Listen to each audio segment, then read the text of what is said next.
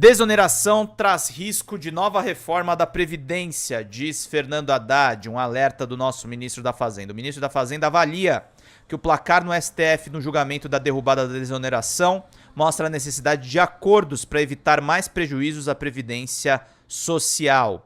A manutenção da desoneração da folha de pagamento para 17 setores da economia e para a desoneração para pequenos municípios traz o risco de uma nova reforma da Previdência em 3 anos, disse nesta noite o ministro da Fazenda, Fernando Haddad.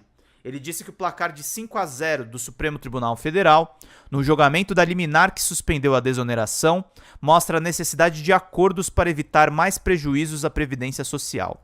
Estamos desde outubro tentando conversar com 17 setores e os municípios. O placar do Supremo deixa claro que temos que encontrar um caminho para não prejudicar a Previdência ou daqui a 3 anos vai ter que fazer outra reforma da Previdência se não tiver receita. A receita da Previdência é sagrada para pagar os aposentados. Não dá para brincar com esse tipo de coisa, disse o ministro ao retornar da reunião com o presidente Luiz Inácio Lula da Silva. Apesar da advertência, o ministro se disse confiante com um acordo para resolver o impasse entre os poderes executivo, legislativo e judiciário, apesar das recentes críticas do presidente do Senado, Rodrigo Pacheco, ao governo por ter recorrido ao Supremo. Haddad afirmou que o diálogo trará resultados. Tem dado resultado o nosso diálogo com o Congresso e com o Judiciário. O Pacheco segue sendo um aliado, destacou o ministro.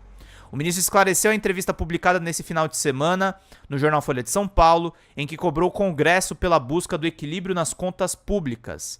Na entrevista, Haddad disse que o Congresso quer governar numa espécie de parlamentarismo, sem assumir as responsabilidades pelo aumento de gastos provocados pelas pautas bombas. O que eu estava dizendo na entrevista é que, como o Congresso ganhou prerrogativas, era importante que as mesmas práticas de respeito à lei fiscal deveriam ser de todos, Executivo, Legislativo e Judiciário, que é o pacto que eu venho falando desde o começo do ano. Vamos fazer um pacto para a gente acertar as contas e continuar evoluindo, concluiu Haddad. Impacto. No fim do ano passado, o Congresso aprovou o projeto de lei da desoneração que prorrogava até 2027 a troca da contribuição previdenciária correspondente a 20% da folha de pagamento, por uma alíquota entre 1% e 4,5% sobre a receita bruta de empresas de 17 setores da economia. O projeto também cortou 20% para 8% da alíquota das contribuições ao INSS por parte de municípios com até 156 mil habitantes. A desoneração da folha de pagamento tem impacto de cerca de 9 bilhões por ano à Previdência Social. A ajuda aos pequenos municípios fará o governo deixar de arrecadar 10 bilhões por ano.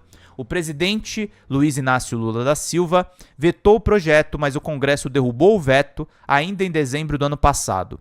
Na semana passada, com base em uma ação da Advocacia Geral da União, o ministro do Supremo Tribunal Federal, Cristiano Zanin, concedeu liminar suspendendo a desoneração da folha e submeteu a sua decisão ao plenário. 5 dos 11 ministros votaram para confirmar a suspeição, mas Luiz Fux pediu vista e interrompeu a sua análise. Ele tem até 90 dias para liberar o processo.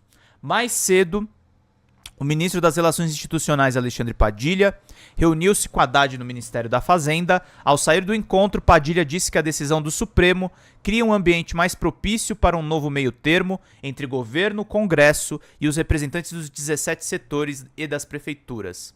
Combinamos com Haddad para darmos continuidade na mesa de negociação dos municípios sobre a questão da dívida previdenciária.